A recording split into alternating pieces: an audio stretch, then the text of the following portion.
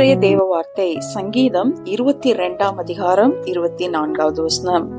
உபத்திரவப்பட்டவனுடைய உபத்திரவத்தை அவர் அற்பமாய் எண்ணாமலும் அருவருக்காமலும் தம்முடைய முகத்தை அவனுக்கு மறைக்காமலும் இருந்து தம்மை நோக்கி அவன் கூப்பிடுகையில் அவனை கேட்டருளினார். உபத்திரவப்பட்டிருக்கிற சூழ்நிலைகளிலே அநேகர் நம்மை ஒதுக்கி விடுவார்கள். நம்மிடத்துல எங்கே தேவைக்கு வந்து விடுவார்களோ என்று சொல்லி நம்மை ஒதுக்கி வைக்கிற ஜனங்கள் உண்டு.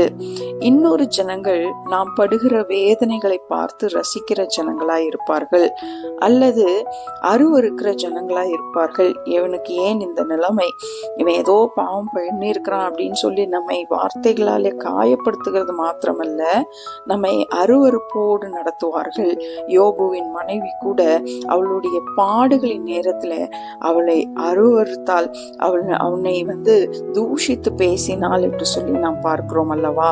இப்படிப்பட்ட சூழ்நிலையில மனிதர்கள் நம்மை நடத்தும் பொழுது தேவன் நம்முடைய உபத்திரவ நேரங்களிலே வசனம் சொல்லுகிறது, அவர் நம்மை அற்பமாக எண்ணுவதில்லை, அவர் நம்மை அருவருப்பதில்லை. அது மாத்திரமல்ல, அந்த சூழ்நிலையிலே அவர் தம்முடைய முகத்தை நமக்கு மறைப்பதில்லை. பிரியமானவர்களே, நான் சொன்னது போலவே நாம் ஒரு தேவைகளிலே உபத்திரவங்களிலே இருக்கும் பொழுது எங்கே நம்மிடத்திலே அவன் வந்து விடுவானோ என்று சொல்லி நம்மை முகமுகமாய் நேருக்கு நேராய் பார்த்தாலும் கூட முகத்தை மறைத்து கொண்டு திருப்பி போகிற இந்த உலகத்திலே ஆண்டவர் எவ்வளவு நல்லவர். வசனம் சொல்லுகிறபடி உபத்திரவப்பட்டவனுக்கு தம்முடைய முகத்தை அவர் மறைக்காமல் இருக்கிறார். ஹல்லேலூயா. அநேக சூழ்நிலைகளிலே உபத்திரவங்கள் வரும் பொழுது நாம் தேவனை தேடுவதிலே நாம் குறைவுபடுகிறோம்.